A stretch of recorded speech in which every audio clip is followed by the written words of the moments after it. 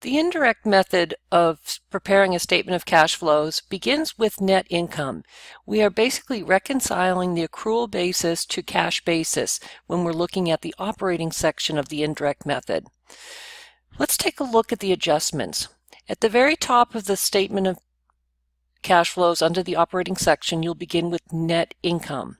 Here are the adjustments. Notice we add in non-cash transactions because they reduced net income, but they didn't use cash. So we add back depreciation, depletion, and amortization. We add back bad debt expense.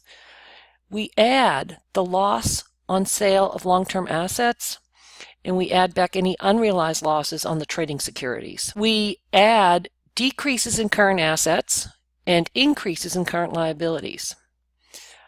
We subtract gain on sale of long-term assets.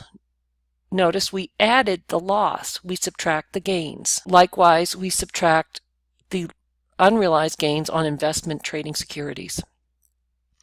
We deduct increases in current assets, and we deduct decreases in current liabilities. Let's take a look at this for our problem, the big long problem that we're doing. For the company that we were looking at in problem 612, we are provided balance sheet and income statement information.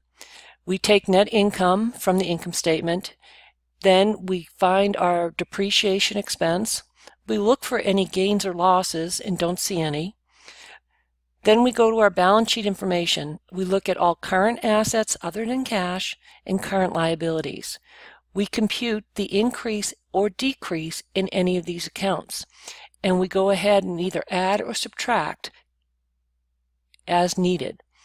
We sum these items, and that provides us net cash provided by operating activities. To do the investing activities, we look to the extra information that tells us a little bit more about any long-term assets sales or purchases for our investing activities, and we find that there is a sale of property, plant, and equipment, and there is an investment of investment securities. So we record those showing the net cash used by investing activities, and then we look to our long-term liabilities and our stockholder equity transactions to look for any changes there. Notice if you look at the balance sheet information, you will see changes amounts on these items. Also, the information is provided separately.